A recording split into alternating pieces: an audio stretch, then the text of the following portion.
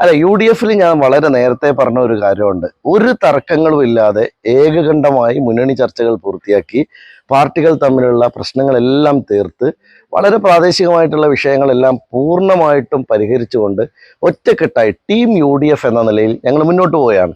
എല്ലാ വാർഡിലും വളരെ ശ്രദ്ധയോടെ പ്രവർത്തനങ്ങൾ നടത്തുന്നുണ്ട്.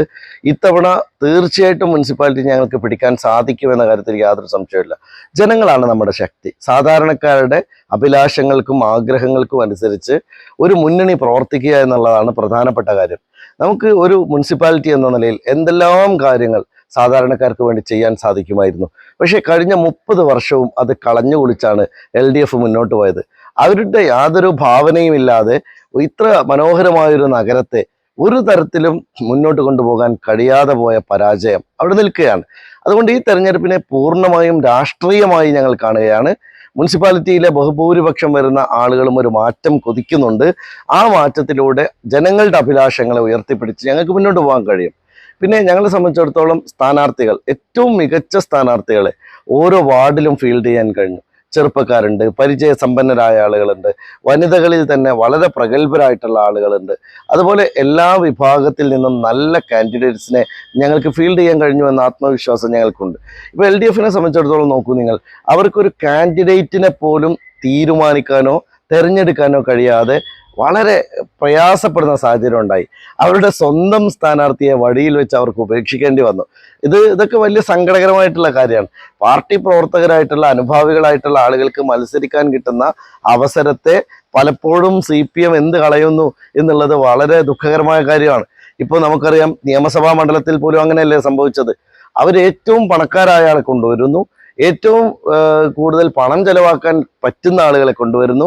പണം കൊടുത്ത് ജനങ്ങളുടെ മാൻഡേറ്റിനെ വാങ്ങിയെടുക്കാം എന്ന് പറയുന്നത് ശരിക്കും BJP നടപ്പാക്കുന്ന ഒരു നയമാണ്.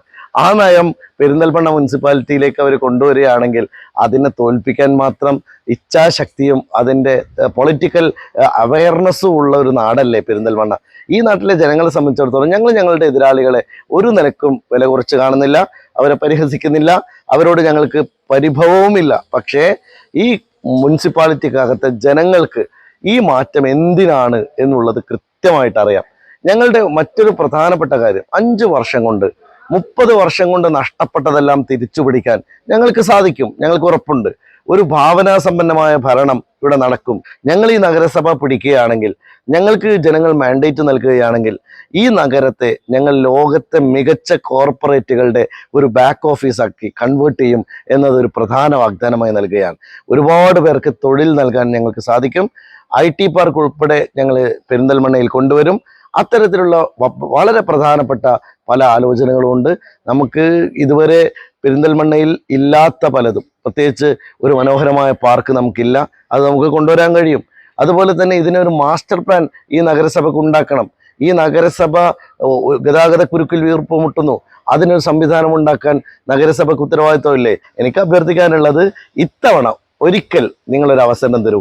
ഞങ്ങൾ 5 കൊല്ലം കൊണ്ട് അത് പ്രൂവ് ചെയ്ത് കാണിക്കുമെന്നതാണ് ഞങ്ങൾ നൽകുന്ന വാഗ്ദാനം.